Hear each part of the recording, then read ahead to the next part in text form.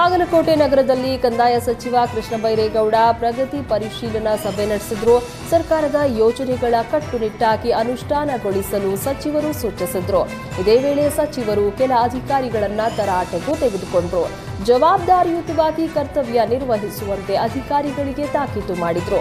ನಗರದ ಜಿಲ್ಲಾಡಳಿತ ಭವನದಲ್ಲಿ ನಡೆದ ಸಭೆಯಲ್ಲಿ ಜಿಲ್ಲಾಧಿಕಾರಿ ಜಾನಕಿ ಕೆಎಂ, ಶಾಸಕ ಭೀಮಸೇನ್ ಚಿಮ್ಮನಕಟ್ಟಿ, ಕಂದಾಯ ಇಲಾಖೆಯ ಜಿಲ್ಲಾ ಮಟ್ಟದ ಅಧಿಕಾರಿಗಳು ಭಾಗಿಯಾಗಿದ್ದರು. 10 ವರ್ಷದಿಂದ ಕೆಲಸ ನೀಡಿದ್ದ ವ್ಯಕ್ತಿಗೆ ಡ್ರೈವರ್ ಒಬ್ಬ ದ್ರೋಹ ಬಗೆದಿದ್ದಾನೆ.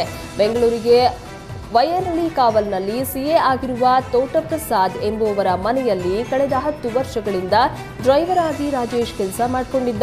ಕಳೆದ ಏಪ್ರಿಲ್ 6ರಂದು ಬ್ಯಾಂಕ್ಗೆ ಕಟ್ಟಲು ಹಣ ನೀಡಿದ್ದ ತೋಟಪ್ರಸಾದ್ ಕೋದಂಡರಾಂಪುರದಲ್ಲಿ ಕಚೇರಿಯಲ್ಲಿ ಹಣ ಪಡೆದಿದ್ದ ರಾಜೇಶ್ ಪಾರ್ಕಿಂಗ್ ಮಾಡಲು ಬರ್ತಾ ಇದ್ದಂತೆ ನನ್ನ ಗಾಡಿಯಲ್ಲಿ ಹಣ ತೆಗೆದುಕೊಂಡು ಪರಾರಿಯಾಗಿದ್ದಾನೆ.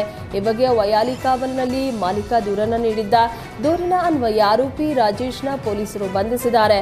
ಆಂಧ್ರದ ಗುಂಟೂರು ಮೂಲದವನಾಗಿರುವ ಆರೋಪಿ ರಾಜೇಶ್ ಕದ್ದ ಹಣವನ್ನ ತನ್ನ ಮನೆಯಲ್ಲಿಟ್ಟು ಆಂಧ್ರಪ್ರದೇಶದಲ್ಲಿ ಸುತ್ತಾಡಿ 2.5 ಲಕ್ಷ ಖರ್ಚು ಮಾಡಿದ್ದಾನೆ.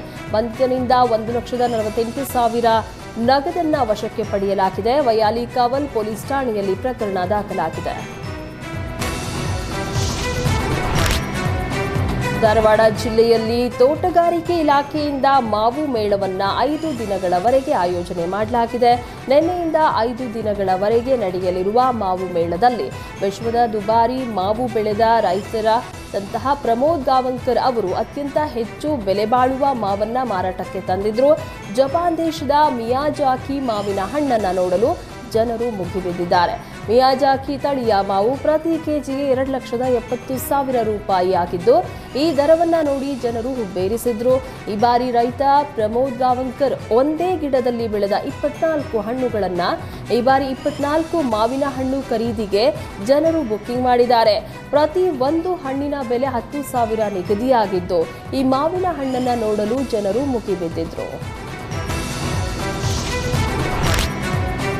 ಬಾರ್ ಅಂಡ್ ರೆಸ್ಟೋರೆಂಟ್ಗೆ ಹೋದ್ರೆ ಹೆಚ್ಚುವರಿ ಹಣ ನೀಡಬೇಕಾಗುತ್ತದೆ ಎಂದು ಇದೀಗ ಕುಡುಕರು ರೈತರ ಹೊಲ ಗದ್ದೆಗಳಲ್ಲಿ ಕುಡಿಯಲು ಪ್ರಾರಂಭ ಮಾಡಿದ್ದಾರೆ. ರೈತರ ಹೊಲದಲ್ಲಿರುವ ಮರದ ನೆರಳಿನಲ್ಲಿ ಕುಡಿದು ಮೋಜು ಮಸ್ತಿ ಮಾಡುವ ಕುಡುಕರು ಎಲ್ಲೆಂದರಲ್ಲಿ ಮದ್ಯ ಬಾಟಲಿ ಬಿಸಾಕ್ತಾ ಇರುವ ಹಿನ್ನೆಲೆ ಗಾಜಿನ ಚೂರುಗಳಿಂದ ಎತ್ತುಗಳಿಗೆ, ರೈತರ ಕಾಲುಗಳಿಗೆ ಚುಚ್ಚಿ ಗಾಯ ಆಗ್ತಾ ಇದೆ. ಉಳುಮೆ ಮಾಡುವುದಕ್ಕೆ ಆಗದೆ ರೈತರು ಮನೆಯಲ್ಲಿಯೇ ಕೂರುವ ಸ್ಥಿತಿ ನಿರ್ಮಾಣ ಆಗಿದೆ. ಈಗಾಗಲೇ ರೈತರಿಗೆ ಮತ್ತು ಎತ್ತುಗಳ ಕಾಲುಗಳ ಗಾಯದಿಂದಾಗಿ ಬಳಲ್ತಾ ಇವೆ ಅಂತ ರೈತರು ತಮ್ಮ ಅಳಲನ್ನ ತೋಡ್ಕೊಂಡಿದ್ದಾರೆ. ಹಡಲಗಿ ಪಟ್ಟಣ ಸೇರಿದಂತೆ ತಾಲೂಕಿನ ಉತ್ತಂಗಿ, ಇಟಗಿ ಕುಡುಕರ ಹಾವಳಿ ಹೆಚ್ಚಾಗಿದೆ. ಈ ಬಗ್ಗೆ ಪೊಲೀಸ್ ಇಲಾಖೆ ಗಮನ ಹರಿಸಿ ರೈತರಿಗೆ ಸಹಾಯ ಮಾಡಿ ಅಂತ ರಾಜ್ಯ ಈರುಳ್ಳಿ ಬೆಳೆಗಾರ ಸಂಘದ ರಾಜ್ಯಾಧ್ಯಕ್ಷ ಸಿದ್ದೇಶ್ ಆಗ್ರಹಿಸಿದ್ದಾರೆ. ವಿಶ್ವ ತಾಯಂದಿರ ದಿನಾಚರಣೆ ಹಿನ್ನೆಲೆಯಲ್ಲಿ ಮಕ್ಕಳಿಂದ ತಾಯಂದಿರಿಗೆ ಪಾದಪೂಜೆ ನೆರವೇರಿಸಿದ ಅಪರೂಪದ ಪ್ರಸಂಗ ಕೊಪ್ಪಳದಲ್ಲಿ ನಡೆದಿದೆ. ಕೊಪ್ಪಳದ ಬಸವೇಶ್ವರ ನಗರದಲ್ಲಿ ನಡೆದ ಈ ಅಪರೂಪದ ಕಾರ್ಯಕ್ರಮದಲ್ಲಿ ನೂರಾರು ತಾಯಂದಿರಿಗೆ ಮಕ್ಕಳು ಪಾದಪೂಜೆ ನೆರವೇರಿಸಿದ್ರು. ಇನ್ನು ಮಕ್ಕಳು ಪಾದಪೂಜೆ ಮಾಡುವುದನ್ನು ನೋಡಿ ತಾಯಂದಿರು ಭಾವುಕರಾದರು.